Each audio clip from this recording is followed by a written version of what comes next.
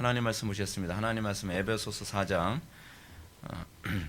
13절과 14절 말씀, 신약성경 제 성경으로는 314페이지입니다.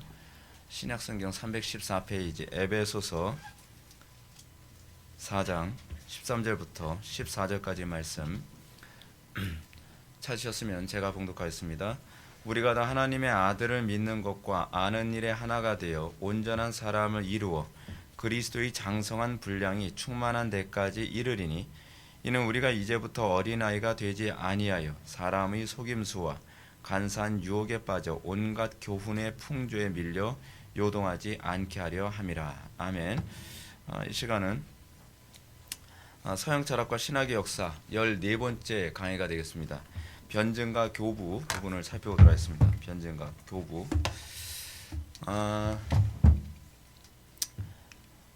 여러분, 계속적으로 우리가 이제 초대교회 때서부터 엄밀히 따지면 지금 우리가 진도가 어떻게 나가는지 아시죠? 우리가 이제 자연 철학부터 시작해서 쭉 이 진도가 나가는데, 이제 자연 철학과 고대 철학을 지나서 이제는 저희 기독교 철학 또는 교부 철학이라고 하는 부분으로 이제 들어가게 됩니다. 이 교부 철학에 있어서 우리가 좀 염두에 둬야 될 것이 뭐냐면, 서양 철학, 즉 그리스 철학과 굉장한 이 혼미한 상태에 있는 것이 초기 기독교 신학의 특징입니다.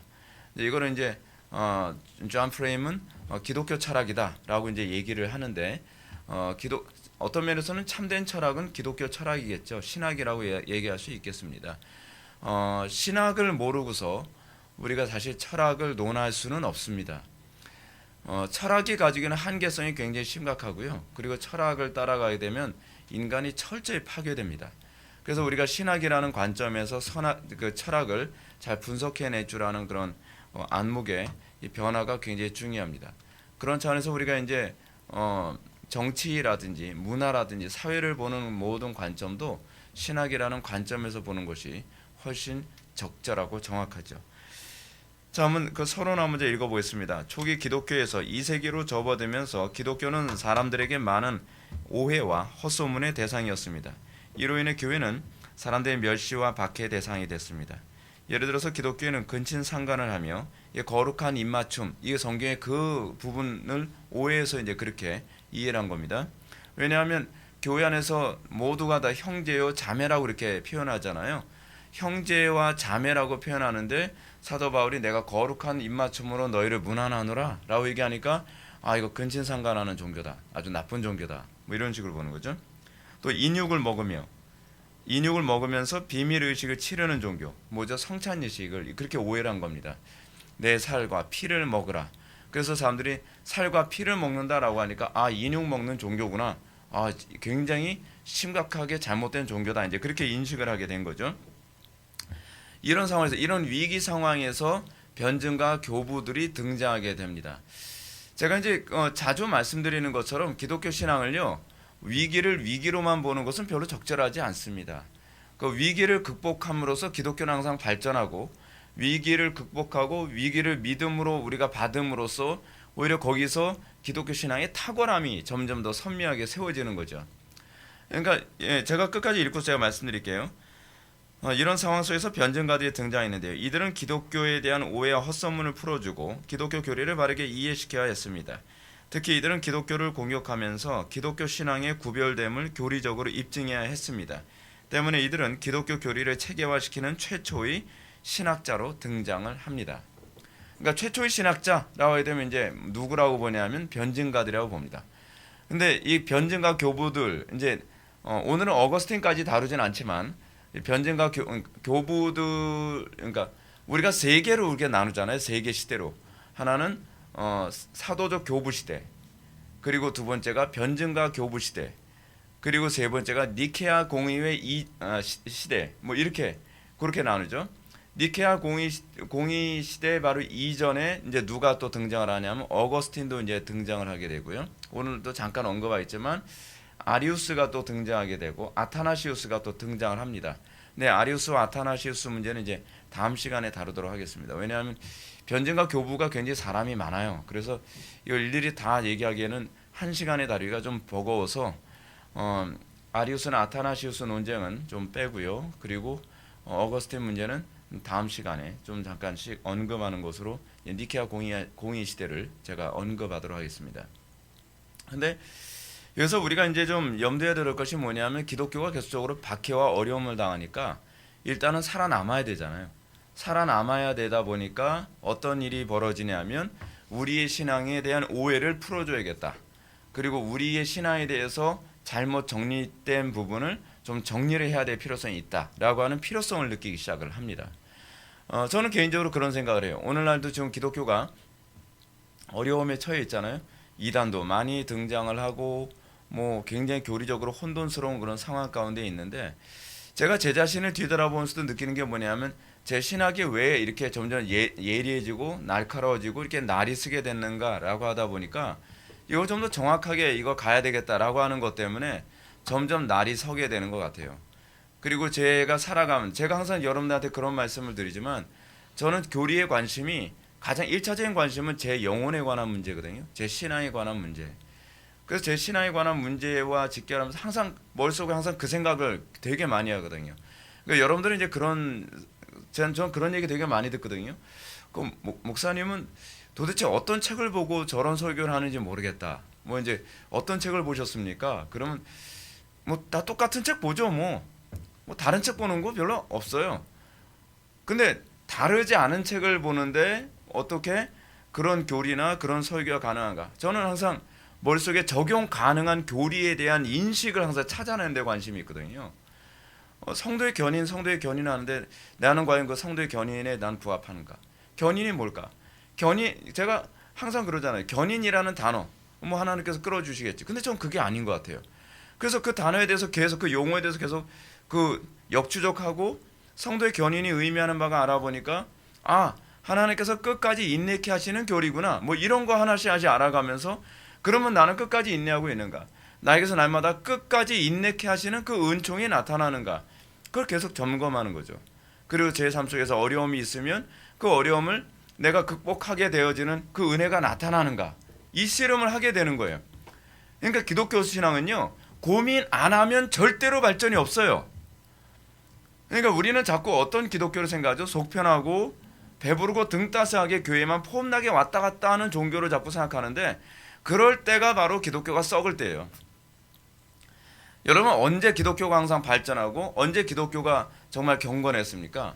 고난의 때예요. 위기의 때예요. 생존 자체의 위기를 느낄 때 그럴 때 기독교가 정신 차리고 기도하고 말씀을 묵상하고 어떻게 하든지 살아남아야 되니까 어떻게 하든지 우리 기독교의 입장을 사람들한테 바르게 알려야 되니까 그러니까 저는 제가 안 믿는 사람들하고 얘기를 나누면 굉장히 전도하기가 편해요. 요즘 시대에. 왜 전도하기 편하냐 하면 기독교를 너무 잘못 오해하고 있는 게 너무 많거든요. 특히 이제 젊은 청년들하고 만나서 얘기를 나누다 보면 애들 그 목소리가 약간 삐딱하죠. 이렇잖아요. 뭐 기독교는 막 타락했잖아요. 뭐 그럴 때는 항상 각도가 약간 이렇게 얘기하죠. 근데 걔들이 항상 그렇게 얘기할 때 저건 목을 바로 잡아줘야겠다. 뭐 그런 충동을 좀 느끼죠. 그래서 이제 걔네들한테 그런 얘기하는 거죠. 그거 잘못 이해하고 있는 거다. 원래 기독교는 그런 게 아니다. 그러니까 교부 시대 때 이 교리에 대한 체계를 잡게 된 게 사실 그거거든요. 기독교에 대한 오해. 이 당시에도 이제 그렇게 얘기한. 기독교는 사람 잡아먹잖아요. 뭐, 그렇죠. 기독교는 근친상간하잖아요. 뭐 그래서 목을 좀 잡아줘야 돼. 그래서 어떻게 해요? 그래서 교부들이 그 부분에 관해서 그건 오해다. 그 부분에 대해서는 이러이러한 이유가 있다. 근데 놀라운 사실은 뭐냐면 이 오해를 풀어주면서 기독교로 돌아오는 기독교로 입문하는 사람들이 굉장히 많더라는 거죠. 근데 여러분 어떤 사람이 오히려 기독교에 반응합니까? 관심 있는 사람이에요. 교회 안에서 어떤 사람이 회심 안 합니까? 관심 없는 사람들이에요. 여러분 왜 교회 오래 다닌 사람들이 잘 안 변하는지 아십니까? 안다고 생각하기 때문에 관심이 없어요. 뭐 다 아는데요. 뭐 맨날 하는 얘기인데 예수 믿으면 구원받는다고 다 아는 얘기인데 그럼 믿는다는 게 뭔지에 대해서 알아본 적도 없으면서 제가 그런 사람들한테 물어보죠. 그럼 믿는 게 뭐야? 믿는 게 믿는 거죠. 그냥 믿는 게 믿는 거죠라고 하는 말이 어디 있어요? 그렇잖아요. 생각을 안 해봤다는 거거든요. 그럼 믿는다는 것이 의미하는 바가 뭔지 어떤 사람한테 딱 질문하면 한 번도 생각 안 해봤는데요, 그러는 거예요. 믿는다는 것은 단순히 지적 수용이 아니야. 근데 난 그렇게 생각하고 있었거든요. 그러면서 이제 그런 사람들한테 변화가 있는 거예요. 뭔가 알려고 하고 뭔가 고민하게 됐을 때 비로소 복음을 받아들일 준비가 되는 거죠. 그러니까 여러분들 예수 믿으면서 고민할 일이 자꾸 생기잖아요. 그거 좋은 현상입니다. 그러면서 우리가 진리에 근접해요. 그 철학조차도 여러분 그러잖아요. 배부르면서 여러분 철학 못한다 그러잖아요. 근데 기독교가 그래요. 기독교가 고민 안 하고 배부르고 등 따서 하고 아니란 상태에서 진리를 알 수 없어요. 진리는요, 배부른 사람의 몫이 아니에요. 줄이고 목마른 자의 몫이지. 고민하는 자의 몫이에요. 애통해하는 자의 몫이라니까요. 오늘날 기독교가 왜 자꾸 침체돼가는 것 같으냐? 배부르고 등 따서 하고 고민 안 하고 머리를 자꾸 단세포로 돌려서 그래요. 자, 그럼 변증가들이 다뤘던 문제가 뭔가 봅시다. 자꾸 이게 리모컨이 이게 선풍기 리모컨인데 자꾸 선풍기 리모컨을 잡게 돼. 들어가는 말. 변증가들이 다뤘던 문제들. 자, 자신이 하나님이라는 예수님의 주장이 신성모독이라고 주장하는 유대인들로부터 그들은 예수님이 메시아시며 육신에 입으신 하나님이심을 입증해야 했습니다. 이걸 자꾸 입증하려고 하다 보니까 교리가 더 예리해지는 거죠. 그러니까 제 설교가 굉장히 변증적 설교거든요. 근데 저는 제가 제일 목회를 하면서 제가 신학을 공부하면서 제가 모델로 삼는 두 사람이 있거든요. 한 사람은 코넬리우스 반틸 변증학자고요. 또 한 분은 누구냐면 세 분이네요. 한 분은 코넬리우스 반틸, 한 분은 프란시스 쉐이퍼, 한 분은 로이드 존스예요. 그래서 저는 설교는 로이드 존스처럼 하기를 원했고요. 그리고 저는 신학적인 논쟁을 하는 데 있어서는 쉐퍼나 반틸 같기를 원했어요. 그래서 저는 제 설교 자체가 굉장히 변증적이고 굉장히 논증적이에요. 근데 변증적이고 논증적이다 보니까 제 주장에 대해서 또 이렇게 공격을 하거나 반론을 제기하는 사람들이 자꾸 생기죠. 그러니까 그 부분에 관해서 제가 더 이 부분을 디펜스 하려고 하다 보니까 더 이런 식으로도 사람들이 의문을 가질 수 있겠다. 이런 식으로 사람들이 질문할 수 있겠다라고 하는 것을 염두에 두고 제가 성경을 연구하고 신학을 공부하다 보니까 더 이렇게 날카롭게 날이 쓰는 거죠. 일종의 소위 위기의식이죠. 위기의식. 사람들에게 위기의식은 굉장히 좋습니다. 선고하는 사람들의 특징이 뭔지 아십니까? 이런 건 좀 인본주의적인데. 뭐 선고하는 사람의 7가지 법칙 뭐 그런 거 얘기하자는 건 아닌데요. 선고하는 사람들의 보편적 특징이 있답니다. 그 사람들은 항상 위기의식을 항상 담지하며 살아가는 사람들이에요. 그래서 항상 그 위기의식 때문에 긴장감을 풀지 않죠. 근데 여러분 그게 굉장히 좋은 겁니다. 그게요.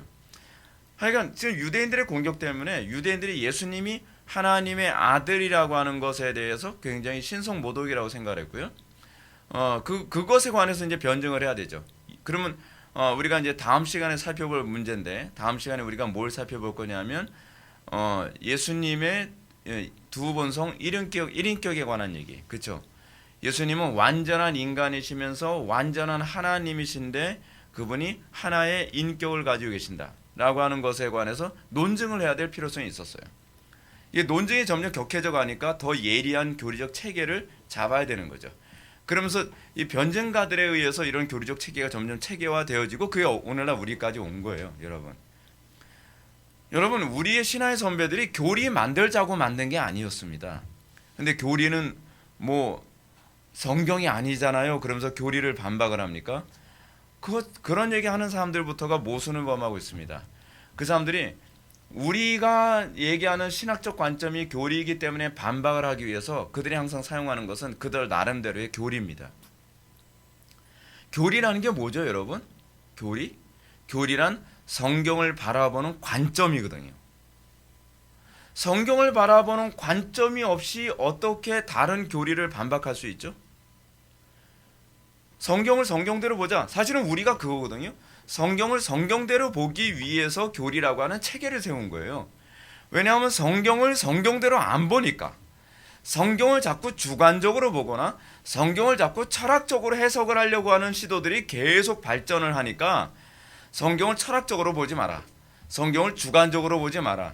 성경을 성경대로 보려면 이 성경을 이렇게 봐야 된다라고 하는 하나의 그 관점을 제시해 줘야 될 필요성이 있었거든요. 그래서 나온 것이 교리예요.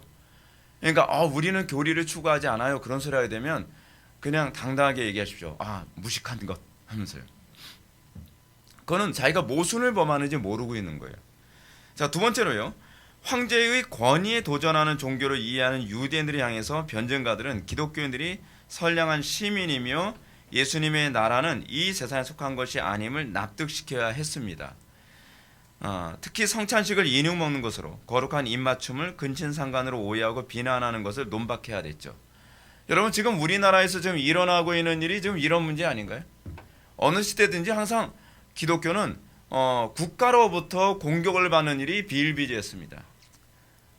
근데 여러분, 국가로부터 공격을 받을 때에 기독교가 하는 일이 뭐였냐면 그 오해를 풀어주는 일을 함으로써 신앙의 자유를 지켜내거나 유지시키는 일을 했었거든요. 근데 요번에 그 목사님이 엉뚱한 소리를 했습니다. 기독교가 이웃을 사랑하지 않았다.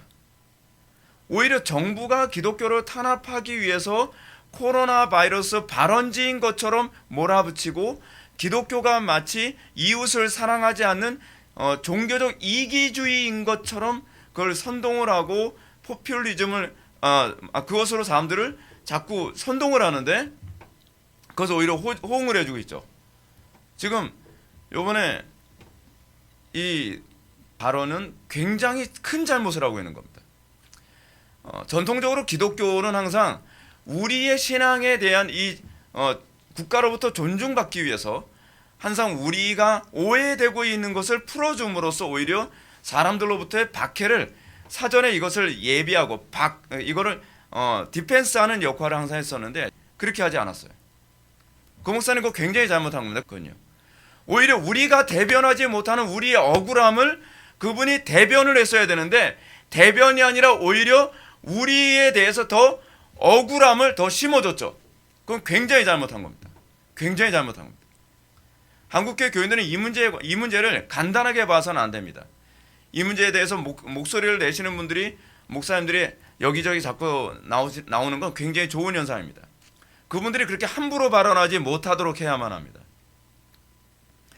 그리고 세 번째로 변증가들은 헬라 철학을 거부하지 않았고 세상의 지혜나 골로새서 2장 8절의 영적 싸움에 대한 경각심을 고취하지 않았습니다. 이제 변증가들의 한계가 여기 있습니다. 변증가 시대는 여전히 헬라 철학의 영향을 굉장히 많이 받았던 사람들이에요.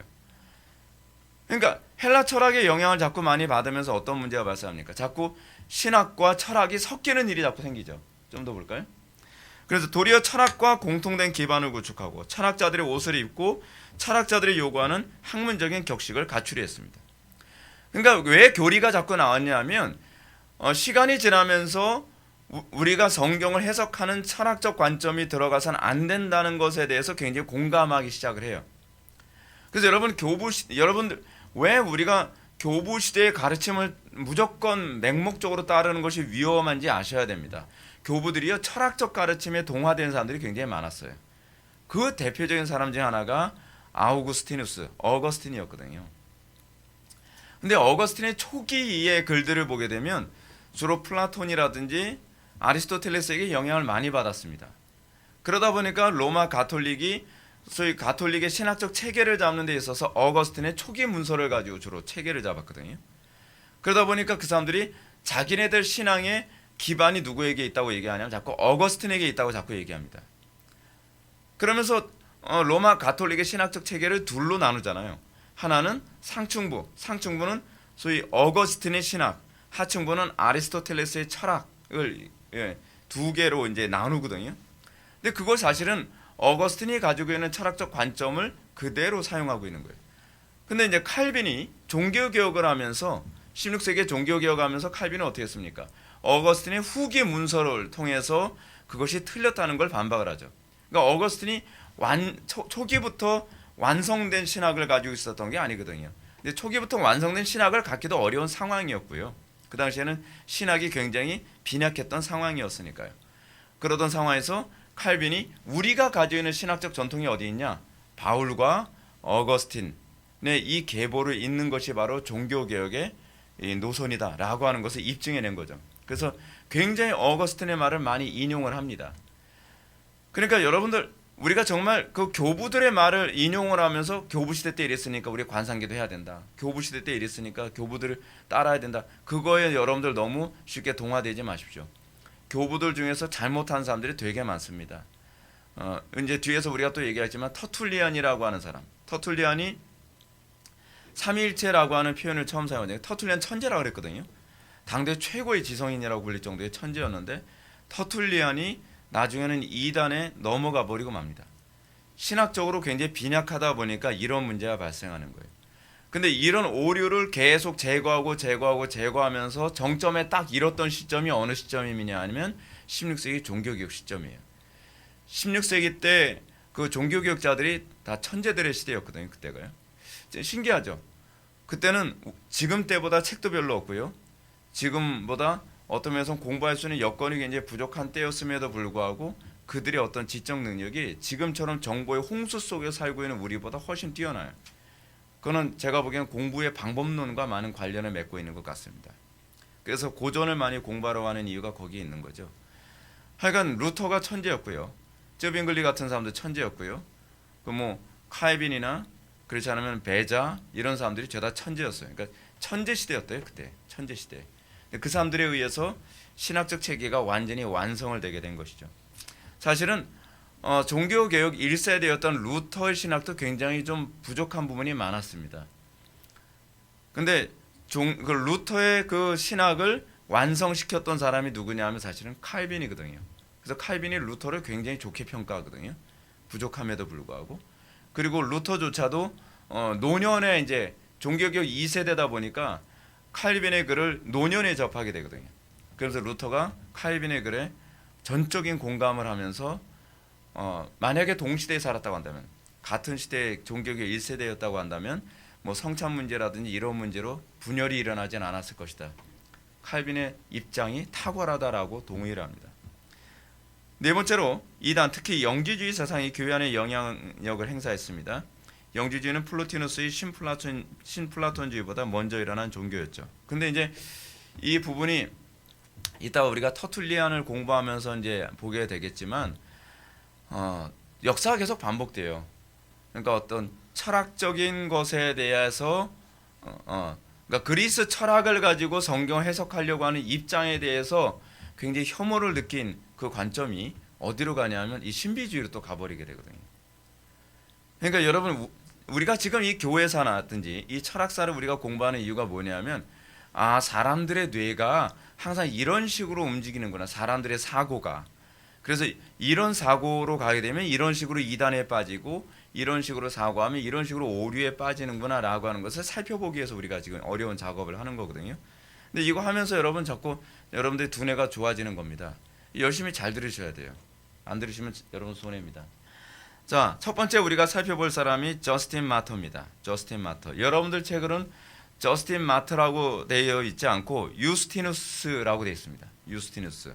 그래서 유스티누스는 누구고 저스틴 마터는 누군가? 그 사람이 그 사람이에요. 근데 여기서 이제 마터라고 하는 말이 순교자는 얘기거든요. 그래서 저스틴 마터 하게 되면 순교자 저스틴. 그래서 여러분들 책 보면 어떤 책을 보면 저스틴 마터라고 얘기하지 않고 순교자 저스틴 뭐 이런 식으로 이제 표기가 되는 경우가 많이 있거든요. 그래서 이제 저스틴 마터, 순교자 저스틴이라고 하는 것을 염두에 두고 한번 들어보십시오. 저스틴 즉 유스티누스는 진리를 찾기 위해 다양한 철학을 이제 섭렵했던 사람이었습니다. 그러니까 이 교부 같은 경우에도 그러니까 성경을 접하기 전에 먼저 철학에 굉장히 익숙했던 사람이에요. 그래서 헬라 철학, 스토아 철학이라든지 그렇지 않으면 아리스토텔레스 철학, 피타고라스의 철학, 플라톤 철학까지 섭렵했던 사람이에요. 그러니까 대단히 철학적으로는 이 머리가 굉장히 발달한 사람이죠. 근데 이 사람이 이 철학을 아무리 공부해도 뭔가 이 공허함이 채워지지 않더라. 이제 그렇게 된 거죠. 그렇게 공부하다가 마침내 에베소에서 기독교가 가장 위대한 철학이라고 하는 것에 대해서 확신을 얻게 됩니다. 때문에 그는 철학을 신학과 결합시키려 했어요. 근데 여기 항상 문제죠. 어떻게 원래 기독교 신학은 어떻게 출발하죠? 내 철학이 다 죽어야 되거든요. 그러니까 제가 사람들한테 그렇게 요구하잖아요. 신학대학에 들어가려면 뭐부터 해야 될까요? 그러면서 철학과 먼저 공부할까요? 절대로 그렇게 하지 말라고 제가 얘기하죠. 철학을 먼저 공부하고 나면 철학에다가 신학을 쌓아 올리면서 이단이 됩니다. 오히려 철학을 물을 빼야 되는 거거든요. 우리가 예수를 믿고서 우리는 어떻게 되죠? 우리는 옛사람을 다 정과 육을 십자가에 못 박죠. 이 과정이 있고 난 다음에 그 다음에 신학적 체계가 우리의 신앙에 세워져 가는 거거든요. 그러니까 여러분들이 우리 교회에 와서 신앙생활하면서요, 신앙의 체계가 안 세워지는 사람이 있다면 여러분들 어디서부터 점검을 해야 되냐면 아직 내 이 기초가 무너지지 않았구나라는 걸 먼저 점검하셔야만 합니다. 이 기초가 무너지지 않으면 신앙의 체계는 세워지지가 않아요. 이 기초가 무너지는 걸 우리는 뭐라고 얘기하죠? 회개라고 얘기하죠. 회개. 그래서 기독교 신앙의 입문은 회개에서 시작을 합니다. 근데 이 회개한 사람에게 나타나는 고백이 뭐죠? 이제껏 나는 다 틀렸습니다. 하나님만 옳습니다. 내 경험도 신뢰할 수 없습니다. 내 지성도, 내 이성도, 내가 가지고 있었던 능력도 사실은 다 틀렸습니다. 오로지 하나님의 말씀만 옳습니다. 라고 하는 이 기초가 딱 만들어진 다음에 그 다음에 신앙이 생겨요. 근데 이제 문제가 뭐냐면 이 기초가 만들어질 때 어떤 일이 벌어지냐면 여러분 기초는 뭐죠? 기초는 일종의 집을 지을 때 집이 세워지는 일종의 그 반석 같은 거잖아요. 근데 기초가 바뀌려면 어떻게 돼요? 지진이 한번 일어나야죠. 그래서 한 사람이 회심할 때 심령 속에서 지진이 일어납니다. 어떤 지진이요? 내가 당연히 옳다고 생각했던 것에 관해서 회의를 품기 시작을 해요. 자기가 이제껏 이거 하나만을 바라보면서 인생을 살았는데 이게 아니었던 거야? 라고 하는 것에 대한 이 내 인생의 기초부터 송두리째 흔들리는 것이 우리에게 시작이 돼야 돼요. 그러면서 내 철학이 다 무너지죠. 내 사고방식, 당연히 옳다고 생각했던 이게 다 무너지는 거예요. 그리고 나서 어린아이처럼 하나님의 말씀을 받기 시작하는 거예요. 어린아이처럼. 근데 문제가 뭐냐면 저스틴 마터 같은 경우에는 그렇지 않았다는 게 문제예요. 철학도 옳은데 철학에 뭔가 부족하다고 생각하는 거예요. 상당수 사람들이 여러분 신앙생활을 그렇게 하는 경향이 상당히 많이 있습니다. 어떤 사람이 우리 교회 왔어요. 우리 교회 왔는데 다른 교회에서 배운 것도 틀리진 않은데 좀 부족한 걸 우리 교회에서 채운다는 거예요. 여러분 그렇게 하면요, 여러분 신앙 하나도 성장 안 합니다. 여러분들이 이 말은 정말 귀담아 들어야 돼요. 마음에 새겨야 돼요. 상당수 사람들이 그렇게 신앙생활을 해요. 과거에 우리 교회에서 신앙생활하던 한 분이 계셨습니다. 죽어라고 안 변해요. 제가 아주 미칠 것 같더라고요. 죽어라고 안 변하는데 그분이 항상 가끔가다 하는 소리가 있었어요. 목사님, 제가 원래 그 이단에도 있었었는데요. 그 이단이라고 부르는 곳에서도 뭔가 좀 배울 게 있던데요. 그래서 배울 게 있으면 안 돼요. 아직 안 깨졌다는 거예요. 목사님, 그 목사님 말씀하시는 거 비슷한 얘기가 되게 많아요. 비슷한 거지 같은 게 아니거든요. 이단이 원래 비슷해요. 그 자기가 거기서 은혜 받았대요. 거기에 뭔가 잘못됐다라고 생각해서 나왔지만 처음에 은혜는 거기서 받았대요. 여러분들이 제대로 은혜 받았으면 그게 은혜가 아니었다는 걸 알게 됩니다. 상당수 사람들이요, 어디서 이상한 체험을 하고 나서 자기가 그거 은혜 받았대요. 그게 이상한 체험이라고 인식이 되기 전까지는 절대로 여러분들 제대로 귀에 안 들어옵니다. 그러니까 그런 과정에서 이게 송두리째 이게 흔들리고 이게 빠져나가지 않으니까 항상 헷갈린대요. 항상 제 얘기를 들으면. 목사님 말씀 들으면 목사님 말씀이 옳은 것 같은데 또 딴 사람 얘기 들어보면 딴 사람 말이 옳은 것 같아요. 왔다 갔다 하는 거예요. 그걸 몇 년을 그랬냐면 3, 4년은 그랬던 것 같아요. 저는 같은 얘기를 한 3, 4년을 계속했어요. 왜냐하면 똑같은 질문을 하니까. 그러니까 옆에 있었던 청년들이 보면서 목사님 대단하세요. 그래서 왜요? 그랬더니 아니 어떻게 벌써 한 3, 4년 되는데 같은 말을 또 계속 반복을 하세요. 근데 전 지금 못해요. 그때는 제가 젊었으니까 그러지 지금은 막 감정부터 앞서요. 이제는 막 힘드니까 제가 막 힘드니까 그만 질문하세요 진짜. 막 이 소리가 나오는 거예요. 그때는 그렇게 다시 해드릴게요. 웃으면서 얘기했었거든요. 다시 해드릴게요. 다시. 근데 그때는 이랬는데 지금 이게 안 돼요. 화가 나요. 아휴, 이제 나이 먹어서 이제 말하는 것도 힘들어요, 그냥. 근데 이게 자꾸 철학을 신앙과 결합시키라는 것. 이 시도가 이단이거든요. 자유주의 신앙이 그거거든요. 자유주의 신앙이 자꾸 철학에다가 신학을 자꾸 접목시키려고 해요. 그 대표적인 케이스가 뭐예요? 로마 가톨릭이잖아요. 로마 가톨릭. 토마스 아퀴나스, 소위 토미즘이라는 게 그거잖아요. 토미즘이라는 게 뭡니까? 소위 토마스 아퀴나스, 그러니까 아리스토텔레스의 철학에다가 어거스틴의 신학을 접목을 해가지고서 이게 신학이 가능할 거라고 생각한 거잖아요. 오늘날 소위 통합체육이라든지 감리교에서 하는 그 신학이 칼바르트 신학이잖아요. 실존주의 철학과 기독교 신앙의 접목이 가능할 거라고 생각하는 거예요. 그리스도와 벨리알이 조화를 이룰 수 있다고 생각하는 거예요. 결코 그럴 수 없죠. 성전과 우상이 같이 있을 수 없잖아요. 근데 가능할 거라고 생각하는 그런 생각들. 그 저스틴 마터가 그랬다는 거죠. 저스틴 마터가. 그래서 굉장히 철학적인 용어를 많이 사용합니다. 모든 지식은 로고스로부터 나오며 이러한 로고스가 육신이 되어 인류 가운데 거하게 됐다고 주장합니다. 어떻게 보면 요한복음 얘기하는 것 같죠. 근데 그렇지가 않아요. 지금 철학 얘기하고 있는 거예요. 때문에 저스틴은 기독교와 헬라 철학이 서로 대립된다고 생각하지 않았습니다. 저는 그렇게 생각하지 않습니다. 저는 기독교와 헬라 철학이 대립되는 관계로 저는 생각을 합니다.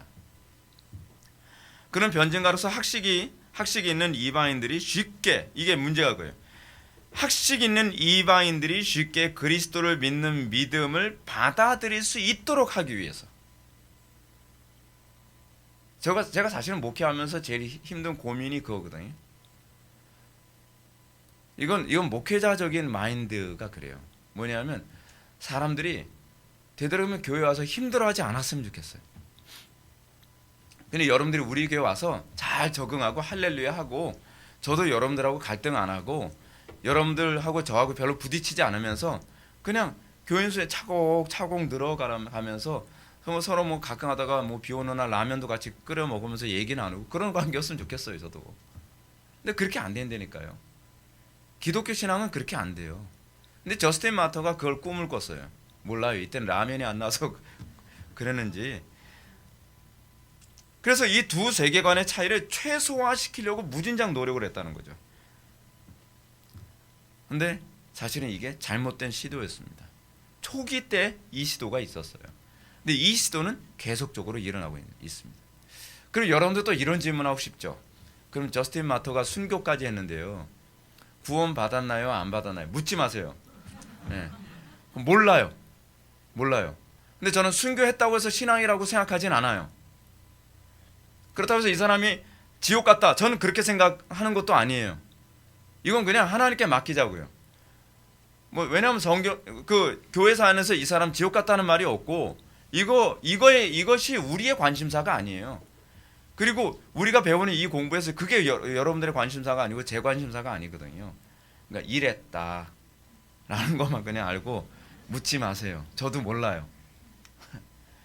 저스틴의 주장, 순교자 저스틴의 주장을 한번 볼까요? 첫 번째, 창조론. 그는 성급하게도 모세에 관한 지식을 플라톤에게 적용해서, 플라톤의 티마이오스가 되면 이제 플라톤의 일종의 그 창조론과 관련된 얘기를 다룬 게 티마이오스거든요. 이 티마이오스에 나오는 창조론이 창세기의 창조론과 동일하다고 주장하는 오류를 범했어요. 굉장히 심각한 오류죠. 즉 하나님이 이미 존재하는 물질을 가지고 세상을 창조했다는 겁니다. 이게 이제 소위 순교자 저스틴이 이런 주장을 했어요. 근데 왜 그랬을까요? 그 철학에 익숙하거든요, 자기는. 문제는 그 철학에 감명을 받은 거예요. 이 사람이 원래 뭘 공부했다 그랬죠? 뭐 플라톤주의, 아리스토텔레스주의, 그리고 뭐 스토아주의, 이거 공부하면서 자기가 감명받은 부분은 양보를 안 하는 거예요. 그리고 이거를 성경에 나오는 그 부분을 접목을 시켜버리는 거예요. 이건 무의식적으로 일어납니다. 여러분들이 하나님의 말씀 앞에 철저히 무너지지 않으면 어떤 문제가 발생하냐면, 내 인생에서 계속 문제가 발생하는데 나는 문제 없는데 왜 이런 일이 생기지? 그러면 문제는 어디서 찾죠? 주변 사람에서 찾는 거죠. 에이, 남편이 문제야, 아내가 문제야, 뭐 자식이 문제야, 직장 상사가 문제야. 하다못해 교회 안에서 갈등하면 저 형제가 문제지, 저 자매가 문제지. 그렇게 돼버리는 거예요. 근데 우리가 정상적으로 하나님 앞에 회개하고 내 자신이 다 깨어지고서 그 다음에 예수님을 영접하고 나면 항상 어디서부터 출발하냐면 나에게 문제가 뭘까? 왜냐하면 우리는 거기서부터 출발했거든요. 우리 출발선이 거기거든요. 여러분 예수 믿을 때 어디서부터 출발했습니까? 저는 거기서부터 출발했거든요. 저는 기존에 제가 알고 있다고 생각하고 제가 당연히 옳다고 생각했던 거에 대해서 다 회의를 품기 시작을 했어요. 20대 때 초반부터 저는 그 고민했거든요. 그럼 내가 이렇게 한 게 옳았나? 내가 알고 있는 게 과연 맞는 것인가? 그 10년 걸렸어요. 이거 정리하는데. 하나서부터 열까지 저를 신뢰할 수 없더라고요. 근데 그게 성경에 있더라고요. 육체를 신뢰하지 않는 자가 바로 할례당이라고요. 여러분 그렇게 돼야 돼요. 마음에 할례 받음이 없으면 그래도 내 판단력은 뭐 틀리지 않아. 내 생각은 항상 맞지 않아. 아직 할례당이 아닐 가능성이 많아요. 여러분들이 정상적으로 그리스도를 딱 만나고 나면 더 이상 자기 자신을 신뢰하지 않게 돼요. 육체를 신뢰하지 않아요. 저스틴 청관이죠, 그냥 묻지 마세요. 네. 네. 하여간 그의 창조론은 영지주의 창조론과 비슷합니다. 하나님이 세상을 직접 창조하지 않고 하위 존재인 대리자로 그 일을 이루셨다고 주장했습니다. 그 대리자가 성자와 성령이었다고 주장하죠. 성자와 성령이 대리자라고 보는 거예요. 대리자. 그럼 어떻게 되는 거죠? 성부만 가장 크고 성부와 성자는 서포터예요. 서포터지죠. 그럼 뭐가 되냐면 종속론이 되는 거예요. 여기서 누가 또 영향을 받냐면 나중에 오리겐이라고 하는 사람들도 영향을 받죠. 되게 심각한 문제가 되는 겁니다. 자, 인간의 자유의지 문제 볼까요? 이때부터 인간의 자유의지 문제가 굉장히 화두에 올랐겠죠. 그의 인간 본성에 대한 입장은 철학적 개념으로 기울어졌어요. 그는 스토아파의 운명론을 배격했지만 여기까지는 좋았어요. 왜냐하면 제가 보기엔 그래요. 운명론을 배격한 것도 이 사람이 예수님을 믿기 전에 스토아파의 이 철학에 대해서 동의하지 않았을 가능성이 많아요. 왜냐하면 운명론이 논리적으로 모순이 많거든요. 예수 안 믿어도 그게 보여요. 그렇기 때문에 제가 보기엔 저스틴 마터가 스토아파의 운명론을 배격한 것이 아닌가 생각을 합니다. 그런데 인간의 의지가 하나님과 다른 원인으로부터 자유롭다는 견해를 주장했어요. 근데 인간의 의지가 하나님의 의지 안에 구속되어 있지 않고 인간의 의지는 자율적이다라고 이렇게 생각을 한 거죠. 그 결과 인간의 자유의지에 대한 견해는 펠라기우스자들과 아르미니안주의자들에게 또 영향을 줍니다. 그러니까 교부 철학 잘못 공부하게 되면 저스틴 마터한테 영향을 받아서 아르미니안주의나 펠라기우스주의자가 될 수 있다는 거죠. 자유의지에 대한 교부들의 견해는 성경의 사상이 아닌 헬라 철학 개념에 근거했습니다. 그래서 여러분 자유의지 자꾸 얘기하는 사람들 있잖아요. 그 사람들이 왜 인간에게 자유의지가 있어야 된다라고 사람들이 자꾸 생각을 하냐면 여러분들은 의식하지 못하는데요. 여러분들은 유치원 때서부터 그렇게 교육을 받으면서 컸거든요. 물론 저는 유치원 때 그런 영향을 안 받았어요. 전 유치원 졸업 안 했거든요. 네. 저 때는 유치원 없었어요. 근데 우리는 어렸을 때서부터 은연중에 헬라 철학적 인간관을 계속 세뇌를 받으면서 컸기 때문에 그게 자연스럽게 느껴져요. 그러니까 자동적으로 인간의 자유의지가 있다고 보는 거. 그러니까 이 자유의지가 없다는 건 아니죠. 자유의지에 관해서 여러분 인간론 공부하면서 배웠잖아요. 여기서 얘기 안 할게요. 얘기하면 시간이 없어요. 시간 벌써 많이 갔는데. 하여간 궁금하시면 여기를 보세요 할까요? 네. 네. 카도시 아카데미 할 때는 여기 보세요 할 때는 알아서 링크해서 딱 열어주고 그러는데 완전히 그 사이버 스페이스 같은 느낌이에요. 이렇게만 하면 뭐가 막 뜨고요. 자, 그 존 프레임은 그럼 어떻게 평가하나 볼까요? 저스틴 마터에 대해서. 존 프레임은 저스틴 마터에 대해서 이렇게 비판합니다. 저는 기독교를 지성적으로 모나지 않게 만들어 믿기 쉽게 하려는 시도가 기독교 변증가들과 철학자들이 가장 흔히 저지르는 치명적 실수라고 생각을 합니다. 저스틴 마터에 대한 첫 번째 비판이 정확하죠. 여러분 오늘날 한국교회 안에서 나타나고 있는 기독교의 어려움이 뭐죠? 예수 쉽게 믿게 하는 거죠. 그래서 열린 예배다, 뭐 활짝 열린 예배다, 뭐 별 희한한 예배 같은 거 다 만들잖아요. 그렇죠? 쉽게 예수 믿게 하기 위해서. 그렇죠? 쉽게 예수 믿게 하기 위해서 어떻게 해요? 막 예배당에도 뭐 극장식 의자 놓고 설교도 사람들 기분 안 상하게 막 요즘 PC 분위기잖아요. 그렇죠? PC 분위기. 말을 해서 상처받으면 안 되잖아요. 뭐 예를 들어서 너 색깔이 좀 검은틱틱해졌네. 그럼 인종차별이다. 막 이런 식으로 모든 게 누군가 상처받으면 안 되잖아요. 그렇죠? 그런 시대처럼 마치 교회가 그 풍조를 그대로 따라가면서 교인들이 아무도 상처받으면 안 돼요. 교인들이 아무도 기분 나쁘면 안 돼요. 왜냐하면 그래야 장사가 되니까. 사람들이 쉽게 정착하고 쉽게 마음 놓고 쉽게 즐길 수 있는. 그래서 여러분 생각 바꿀 필요 없어요. 그냥 예수님만 영접하면 돼요. 여러분 뭐 예수 믿는데 뭐 부담스러워하지 마세요. 편하게 해드릴게요. 그냥 주일날 낮 예배만 참석해도 천국은 갑니다. 회개 필요 없어요. 그냥 영접 기도만 하시면 돼요. 왜냐하면 영접하는 자고 그 이름을 믿는 자들에게는 하나님의 자녀가 되는 권세를 주신다 그랬잖아요. 목사님 회개냐? 회개는 그냥 교회 나오는 게 회개예요. 얼마나 쉬워요. 얼마나 쉬워요. 그렇죠? 그런 식으로 굉장히 쉬운 인스턴트 기독교를 만드는 거죠. 저스틴 마터도 이미 그런 사고를 가지고 있었던 거예요. 존 프레임이 그 부분에 대해서 비판합니다.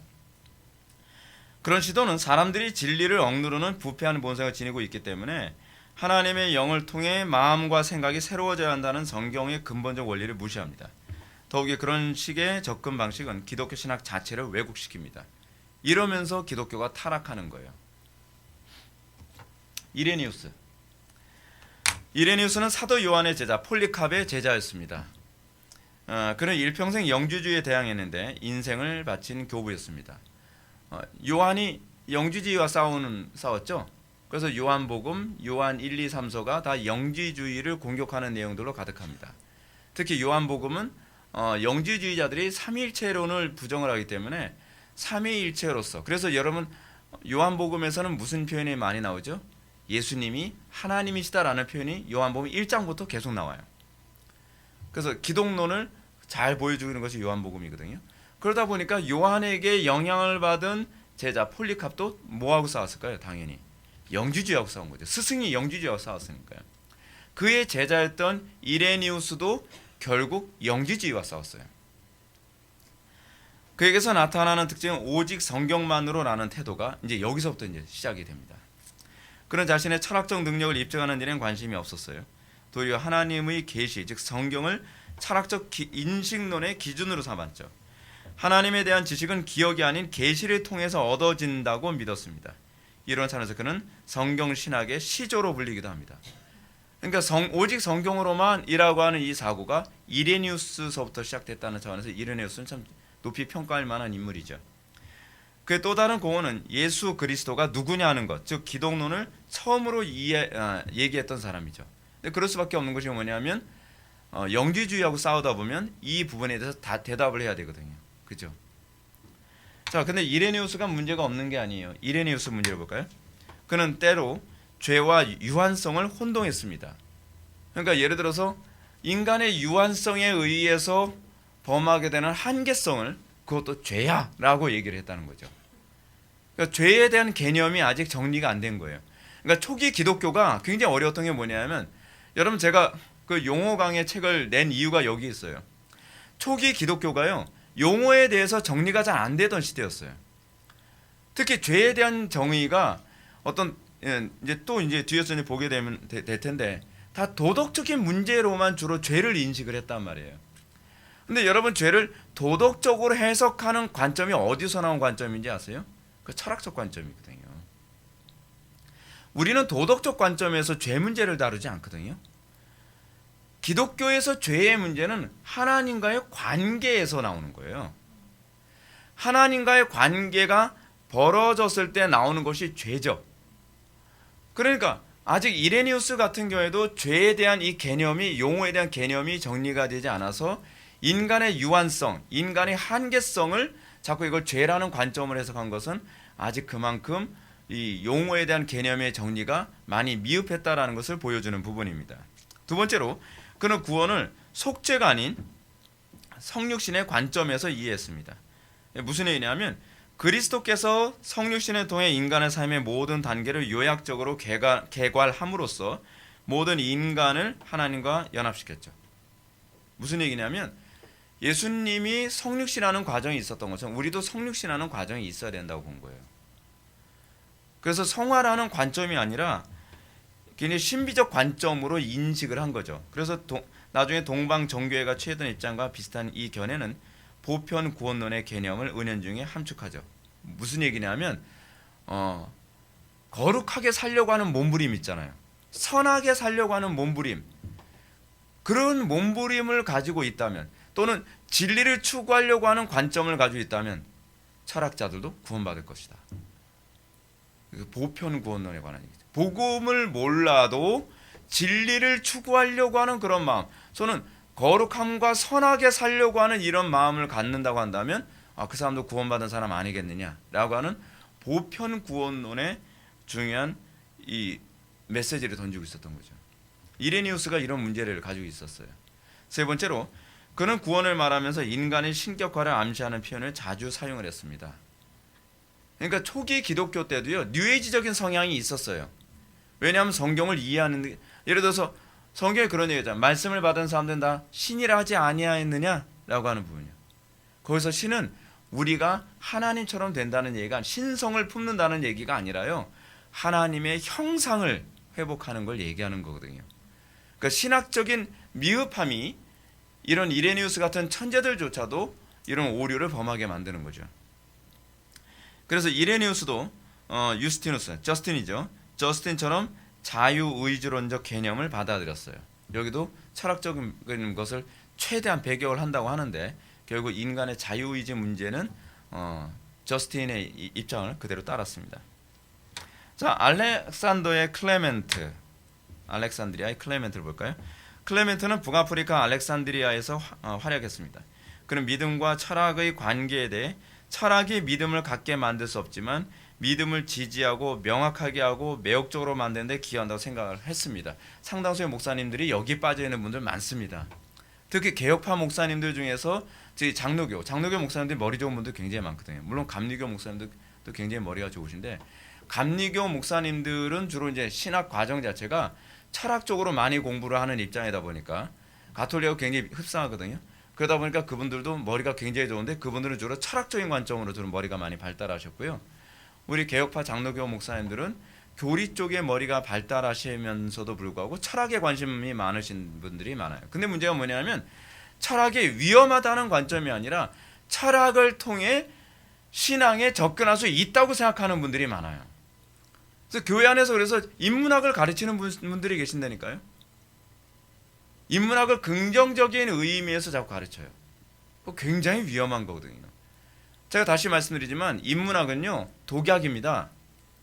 비슷하다고 해서 우리에게 유익이 되는 게 아니에요. 모든 이단이 비슷하죠. 비슷하지 않으면 경계할 게 아니에요. 근데 그게 독약인지도 모르고 교인들에게 계속 먹이고 있는 거예요. 그래서 왜 신앙이 안 들어가는지 모르겠다는 거예요. 사람들한테 철학을 가르치면서 교인들한테 뭘 기대하냐면 거듭난 신자가 아니라 도덕적인 신자를 자꾸 기대하는 거예요. 상식적인 신자를 기대하는 거예요. 그건 하나님께서 원하시는 게 아니거든요. 하나님의 형상이 뭐죠? 하나님을 의식하고 하나님과 동행하고 하나님의 영광 드러내고, 그렇죠? 근데 그거에 관심이 없는 거예요. 하나님에 대해서 별로 관심이 없는데 도덕적으로 살고 상식적으로 살고 교양 있게 살면 신앙 좋다고 생각을 하는 거죠. 교회에서 봉사 열심히 하고. 그런 교인들 많죠. 굉장히 지적인 교회에 보게 되면 그런 교인들 많습니다. 제가 보기에는 좀 천국 가기 힘드실 분들이 많아요. 자, 때문에 그는 철학을 모두 거부하고 정통교리만 주장하는 그리스도인들을 탐탁지 않게 생각을 했습니다. 저 같은 사람 별로 좋아하지 않았어요. 따라서 그의 관점에서 인간의 자유의지에 대한 관점은 저스틴의 견해를 따랐고요. 죄와 구원의 입장은 도덕주의로 귀결됩니다. 그러니까 철학을 따라가게 되면 자꾸 교회가 어디로 가게 돼요? 도덕주의로 가게 돼요. 그게 이제 누구에게 영향을 미치냐면 오리겐에게 영향을 미치죠. 오리겐도 교부잖아요. 오리겐 엄청난 천재였다 그럽니다. 근데 천재면 뭐합니까? 기독교 신앙은 천재하고 상관이 없어요. 내가 알고 옳다고 생각했던 모든 것을 포멸시키고 그 위에 신학을 세우고, 그래서 바울처럼 고백해야죠. 뭐라고요? 세상의 모든 철학은 초등학문에 불과하다. 그리고 내가 이제까지 알고 있었던 모든 것은 다 뭐라고요? 다 똥처럼 취급한다. 그게 성경에서 바울이 가지고 있었던 입장이거든요. 바울의 그 표현 안에서 우리는 뭘 발견하죠? 바울은요, 확실하게 포맷한 사람이라는 걸 알 수 있죠. 배설물, 옛날엔 배설물로 번역을 했는데 요번엔 똥으로 번역을 했죠. 완전히 자기가 당연히 옳다고 생각했고 그것에 목숨 걸면서 살았던 모든 철학적 사고를 다 포멸시키고 십자가만을 가장 소중한 것, 내가 자랑할 유일한 것이라고 얘기를 하는 거죠. 여러분들 거기서 시작하지 않으면 여러분들 신앙이 뭔지 아직 모르는 겁니다. 교리 아무리 많이 알아도 소용없습니다. 신학은 거기서부터 출발해야 그게 신앙이 됩니다. 지금 상당수의 많은 교인들이 거기서부터 출발하지 않아요. 인간의 전적 타락, 전적 무능 말로는 알죠. 근데 실제로 자기 자신이 항상 옳대요. 그러니까 제가 목회하면서 사람들을 접하면 굉장히 안타까운 게 뭐냐면 여전히 자기 생각, 자기 주장이 가득해요. 그래서 자기 방식대로 신앙생활을 해요. 자기 방식대로 기도 생활해요. 자기 방식대로 종교 생활해요. 자기 방식대로 그 경건 생활을 한단 말이에요. 그렇게 하면 안 돼요. 그렇게 하면 안 돼요. 라고 얘기하면 목사님 그 크게 다르지 않은데요. 크게 달라요. 제가 봤을 때. 그렇게 하면 안 돼요. 그럼 꼭 그렇게까지 해야 되나요? 그럼 네, 그렇게까지 해야 돼요. 그러면 그 다음부터 표정 달라지죠. 그래서 신앙생활은 어디서부터 출발해야 된다고요? 어린아이처럼 하는 것에서부터 시작해야 돼요. 그래서 제가 그러잖아요. 전 개인적으로 새신자가 너무 좋다고요. 새신자는요, 시키면 시키는 대로 해요. 왜냐하면 다르게 하는 방법을 모르거든요. 아예 모르니까 시키면 시키는 대로 해요. 근데 그런 사람들은 폼 잘 나오죠. 예수 믿는 폼이 잘 나옵니다. 근데 시키면 시키는 대로 안 하는 사람은요, 이 교회 와도 별로 달라지는 거 없던데요. 뭐 그래요. 달라지는 게 없는 건 당신 잘못이에요. 그러면 남 탓하네. 남 탓하는 게 아니라 참 답답하네. 그러니까 여러분 항상 이 철학적으로 가게 되면 나타나는 문제가 뭐냐면 사람들이 그 겉으로 보여지는 도덕성에 주로 관심이 많이 가죠. 그 상당수의 교회들 보시죠. 약간 철학적으로 리버럴한 그 교회들은요, 굉장히 윤리도덕에 관심이 많습니다. 우리 교회가 윤리도덕에 관심이 없다는 얘기가 아니라 우리 교회는 무율법주의 아니에요. 근데 우리의 윤리도덕은 하나님과의 관계에서 나오는 것이야죠. 윤리도덕만 추구하는 사람들 얼마나 무서운지 아십니까? 경우 딱 틀어지면요, 무섭습니다. 눈에 도끼가 딱 서요.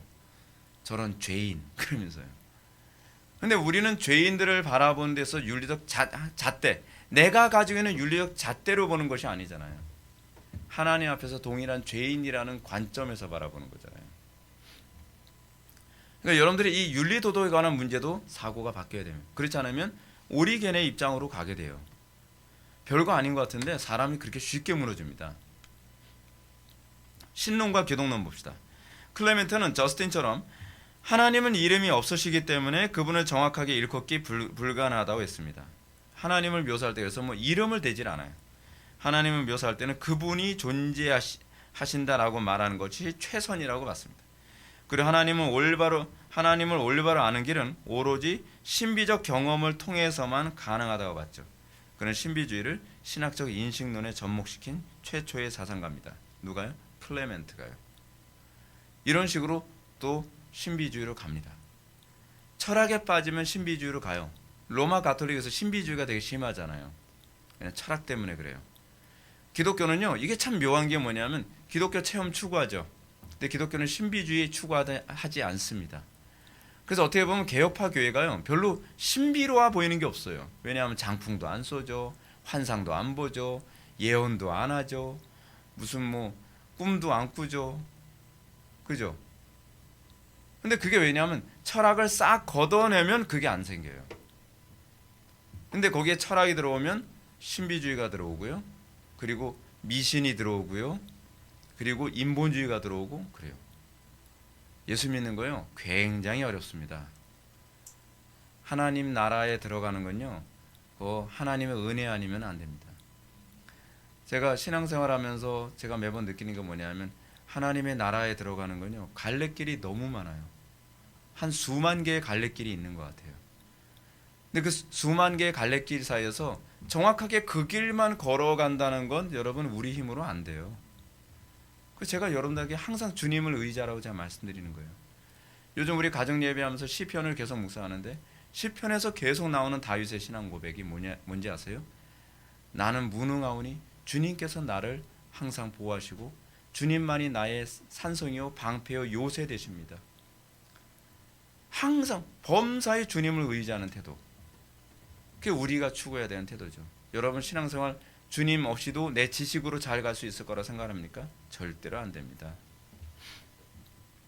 그리고 하나님을 올바로 하는 길은 오로지 신비적 경험을 통해서만 가능하다고 생각했고요. 그리고 그는 성자를 로고스로 보고 로고스가 하나님께 종속되어 세상을 중재한다라고 봤습니다. 이게 이제 소위 오리겐에게 영향을 준 거죠. 로고스가 하나님께 종속되어 있다. 그래서 이제 우리가 살펴볼게. 그 다음에 오리겐입니다. 오리겐은 클레멘트의 제자로서 경건하게 하나님을 섬기려고 스스로 거세까지 했던 사람입니다. 여러분 이 사람들이 어느 정도로 열정이 대단했는지 알겠죠? 자기 자신이 죄를, 그러니까 도덕성에 초점을 맞추니까 그런 거예요. 여러분 제가 이 얘기를 해드릴게요. 이 사람들이 왜 거세까지 했을까요? 그 이유가 뭘까요? 소위 죄라는 것을 도덕이라는 범주로만 생각했기 때문에 그래요. 하나님의 영광이라고 했을 때 오히려 우리는 더 생육하고 번성해야죠. 가정을 갖고, 천주교에서는 가정을 갖지 않는 것이 경건이라고 생각을 하잖아요. 왜냐하면 그 철학적 도덕성에 초점이 맞춰져서 보기 때문에 그래요. 근데 우리에게서의 선이라는 것이 뭐냐면 하나님의 말씀대로 사는 게 선이거든요. 그게 도덕이거든요. 근데 성경은 뭐라고 얘기했죠?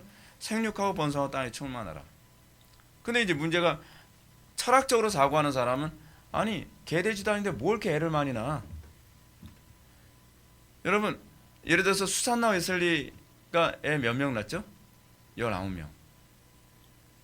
제가 알기로는 19명 낳은 거라고 했어요. 수산나 웨슬리가 그 형제가 몇 명이었는지 아세요? 23명. 뭐 진짜 축구팀 만들어도 되는 숫자로 막 진짜 그 정도로 많이 났어요. 근데 그 이유가 뭐냐면 청교도들이었기 때문이거든요.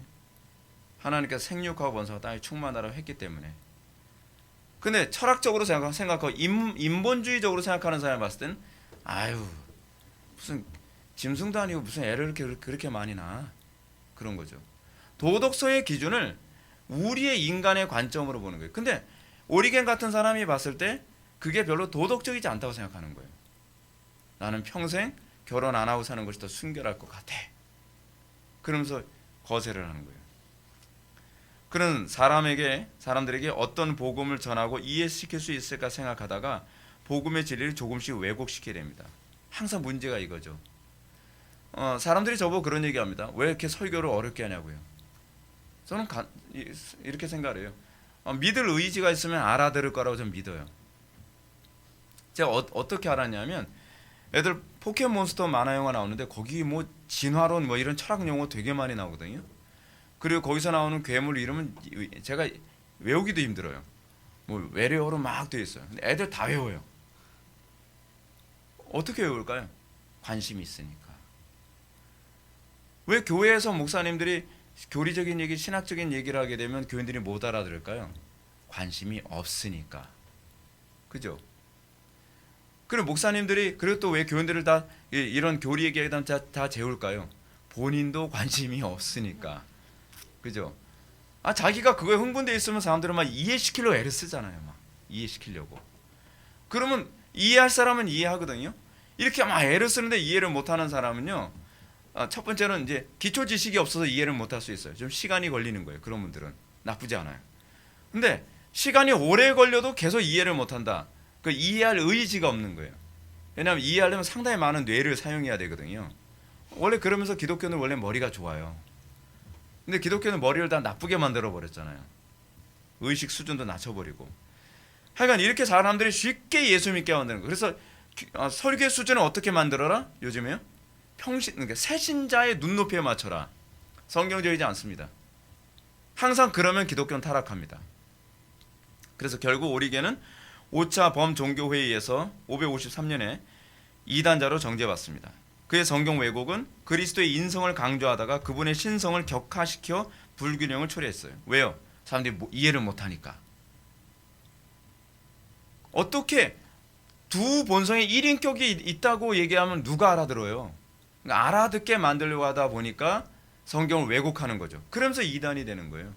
자, 단편의 예를 한번 들어볼게요. 우리 삼위일체론 이해시키기 위해서 목사님들이 사용하시는 방법이 뭐가 있죠? 성경적으로 하면 이해 못해요. 삼위일체 하나님은 성경적으로 제가 설명할게요. 삼위일체 하나님이 이렇습니다. 본체는 하나이신데 그분의 영광과 존귀와 능력은 동등하시다. 그분은 상호 내주하시고 뭐 이런 식으로. 그럼 말이 안 되잖아요. 뭐 이렇게 얘기가 나오죠. 근데 이해하기 쉽게, 그러면 제가 이해하기 쉽게 이렇게 말씀드릴게요. 여러분 태양 보이시죠? 태양의 성부라고 한다면 거의 빛이 성자시고 따뜻한 열이 있잖아요. 그 성령이에요. 이해가 됐죠? 아, 이제가 이해가 됐네요. 그럼 다 이단으로 만들어 버리는 거예요. 이 오리겐 같은 사람들의 문제가 그거예요. 그렇게 해서 그리스도에 대한 종속론, 성자께서는 성부보다 좀 못한 하나님이라는 식의 논리가 나온 거예요. 그러면 다 이해가 된다는 거예요. 할렐루야. 그러면 다 이제 같이 지옥 가는 거 맞죠? 이렇게 되는 거죠. 예. 그래서 그리스도의 신성과 인성의 균형을 이루면서 이단이 됩니다. 오리겐의 종속론 잠깐 설명합시다. 오리겐은 올바른 도덕적 삶을 위해 하나님에게 관심을 가졌습니다. 참 이런 사람들 보면 안타까워요. 그렇죠? 올바른 도덕적 삶. 근데 제가 여기서 이 부분을 분명히 지적할게요. 문제가 뭔지 아세요? 올바른 도덕적 삶을 위해 하나님께 관심을 가졌다. 주객이 전도된 거예요. 하나님에게 관심을 가져서 올바른 도덕적 삶이 나오는 것이 아니라 올바른 도덕적 삶에 초점을 맞췄기 때문에 그것 때문에 하나님께 관심을 갖고 있는 거예요. 여러분들 어떤가요? 제가 언젠가도 여러분들한테 그 말씀 드렸죠. 교조주의와 경건주의의 문제점이 뭐라 그랬죠? 교조주의는 하나님께 관심이 있는 것이 아니라 교리에 관심이 있는 사람들이에요. 경건주의자들의 문제가 뭐죠? 경건주의자들도 하나님보다는 경건에 관심이 있는 거예요. 주객이 전도되는 거죠. 지금 도덕성에 더 관심을 갖고 그것 때문에 도덕적으로 살고 싶어서 하나님께 관심을 가는 거예요. 이런 오리에 빠져서는 안 돼요. 불쌍하지만 사실 잘못 가고 있는 거예요. 순서가 바뀐 거죠. 조나단 에드워즈가 그런 얘기를 했죠. 종속적 구원에 관해서 천지창조의 목적에 나오는 얘기죠. 신앙에 있어서 구원은 종속적 목적이고 하나님의 영광은 궁극적 목적이라고 얘기하죠. 이거 순서 바뀌면 신앙 다 무너집니다. 우리에게서 하나님의 영광이 종속적인 게 아닙니다. 하나님의 영광이 본질적이고 궁극적이에요. 그리고 구원이 거기에 종속된 거예요. 왜 사람들이 구원 못 받는지 아세요? 그것 때문에 못 받아요. 난 하나님의 영광을 위해서 살 마음은 없어요. 근데 구원은 받고 싶어요. 그렇게 해서는 구원이 안 일어납니다. 하나님의 영광을 위해서 살려고 주의 이름을 부르는 자가 구원을 받는 겁니다. 왜냐하면 그게 종속된 거기 때문에. 그 조나단 에드워즈가 천지창조의 목적이라고 하는 책에서 얘기했는데 한번 읽어보세요. 굉장히 어렵습니다. 자, 기독교 신앙에서 도덕성 한번 보겠습니다. 기독교 신앙에서 도덕성은 목적이 아니라 결과입니다. 도덕성이 목적이 되면 기독교 신앙을 도덕을 위한 종교로 왜곡시킵니다. 이게 바로 율법주의죠. 율법주의자들의 문제가 뭐죠? 율법이 목적이잖아요. 터툴리안은 키프리안의 스승이며 삼위일체라는 용어를 최초로 사용했습니다. 터툴리안에 의해 라틴 신학이 처음 시작됩니다. 라틴 신학. 그래서 라틴어를 사용하는 신학자들이 이제 나오는 거예요. 터툴리안은 철저히 그리스 철학을 배격했고요. 오로지 사도적 규칙을 따라야 한다고 주장했습니다. 잘 보십시오. 여기 인용한 거 보면 예루살렘이 아테네, 즉 아덴과 무슨 관계가 있고 교회가 아카데미와 무슨 관계가 있으며 기독교와 이단이 무슨 관계가 있는가? 우리의 원리는 단순한 마음으로 하나님을 추구해야 한다고 가르친 솔로몬의 행각에서 비롯한다. 나는 스토아주의나 플라톤주의나 변증론에 근거한 기독교를 싫어한다. 굉장히 긍정적으로 보이죠? 근데 문제는 뭐냐면 싫어한다고 하면서 더 극단으로 가버린 거예요. 신앙은 항상 균형이거든요. 근데 균형은 성령님에 의해서 잡게 만드는 거죠. 우리의 이성과 우리의 본성으로 안 돼요.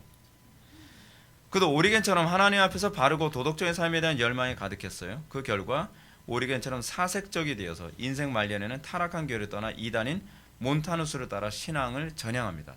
몬타누스는 신비주의 이단이거든요. 철학을 딱 부정하고 나는 오로지 신앙생활을 이렇게 해야 되겠다 하는데 어느 쪽으로 가버렸어요. 하나님을 알려면 신비적으로 아는 거야 라고 생각을 한 거죠. 몬타누스는 종말론을 강조하고요. 예언과 은사와 신비적 체험을 강조한 이단으로서 오늘날 은사 운동의 이제 효시급 되는 사람이거든요. 그가 철학을 배격한 것은 옳았습니다. 그러나 그가 교리라는 체계를 거부했던 경건주의 전철을 그대로 보여주는 오류를 또 범하는 거죠. 이게 교회사가 이렇게 가요. 교회사가요. 키프리안 마지막 사람입니다. 키프리안은 터툴리안의 제자였습니다. 그는 라틴 지도자로서 온유한 성품의 소유자였죠. 키프리안은 로마 제국의 황제 데시우스가 교회를 박해하던 때에 살았던 사람이에요. 제가 이제 설명해 드릴게요. 키프리안 시대가 어떤 시대이냐면 교회가 박해를 당하고 이 데시우스가 교회를 박해하던 시점에서 이 교회 박해가 딱 끝나고 그래서 평화기가 도래하는 그 시기를 이렇게 같이 살았던 사람이에요. 근데 이제 어떤 일이 벌어졌냐면 박해기가 있고 난 다음에 평화기가 딱 도래하게 되면 그 다음에 교회에서 무슨 일이 벌어질까요? 배도 안 놈 색출해 이런 분위기 나올 게 아니에요. 우리나라 신사참배 때처럼 말이죠. 신사참배 막 한 사람들 신사참배 안 하겠다고 한 사람들은 막 고문당하고 죽기도 하고 재산이 몰수당하기도 하고 어려움 당하고 그러잖아요. 그 과정을 대도해가지고서 그냥 쉽게 통과한 사람들이 시대가 딱 지나고 나면 어떤 현상이 나타납니까? 니네들 신사참배했지? 너희들 배다운 놈들이야. 너희들은 교회 와서도 안 되고 너희들은 지옥 가는 거라고 그냥 정해졌다고 생각해야 돼. 그래서 교회에서 아예 딱 문을 걸어 잠죠. 그래서 교회에서 배도한 사람들을 받아들여서는 안 된다라고 하는 이런 태도가 나오기 시작을 합니다. 근데 그 당시에 그런 주장을 했던 사람이 있었어요. 이 문제를 가지고서 나중에 어거스틴이 또 다루게 되고 칼빈도 기독교 강의에서 이 문제를 다루는데 노바티우스라고 하는 사람이 등장합니다. 노바티우스에 의해서 만들어진 것이 바로 노바티안주의가 생기거든요. 노바티안주의가 뭐냐면 배도한 사람들은 교회에 들어오면 안 된다라는 거죠. 배교자들을 향해 박쥐 같은 사람들을 교회가 허용해서는 안 된다고 주장했어요. 교회는 순전한 사람들만 있어야 한다. 맞나요? 교회에 배교한 사람들 받아들이면 되나요? 근데 이 문제에 관해서 키프리안이 해답을 제공합니다. 이에 반해 키프리안은 그들이 세례를 받고 교회에 들어오도록 하는 전통을 남겼어요. 그는 교회 밖에는 구원이 없다는 것을 주장했어요. 배교했지만 참으로 회개하면 교회에 들어올 수 있는 길을 마련했던 것이죠. 여기서 중요한 건 이거죠. 아무나 다 받아주자는 게 아닙니다. 자, 없었던 일을 덮고 가자. 그거 성경적이지 않습니다. 저는요, 우리나라 그 정권도 그렇다고 생각을 합니다. 과거에 잘못한 거 정치적으로 얼렁뚱땅 덮고 간다? 그건 옳지 않다고 생각을 해요. 냉정한 것이 아니라 그것이 정확하게 가는 거예요. 그 부분에서 자잘못을 다 다루고 그리고 나서 이 부분이 평정한 상태에서 이 역사가 정상 궤도로 가야 되는 거거든요. 근데 교회 안에서 극단적인 두 가지 부류가 나옵니다. 한쪽에서는 절대로 안 돼. 한쪽에서는 무조건 수용. 근데 이 키프리안은 그렇게 얘기하는 게 아니죠. 진짜 회개하고 진짜 참회하고 자기가 정말로 이 부분에 대해서 하나님 앞에 죄인이라고 생각을 한다면 받아주자.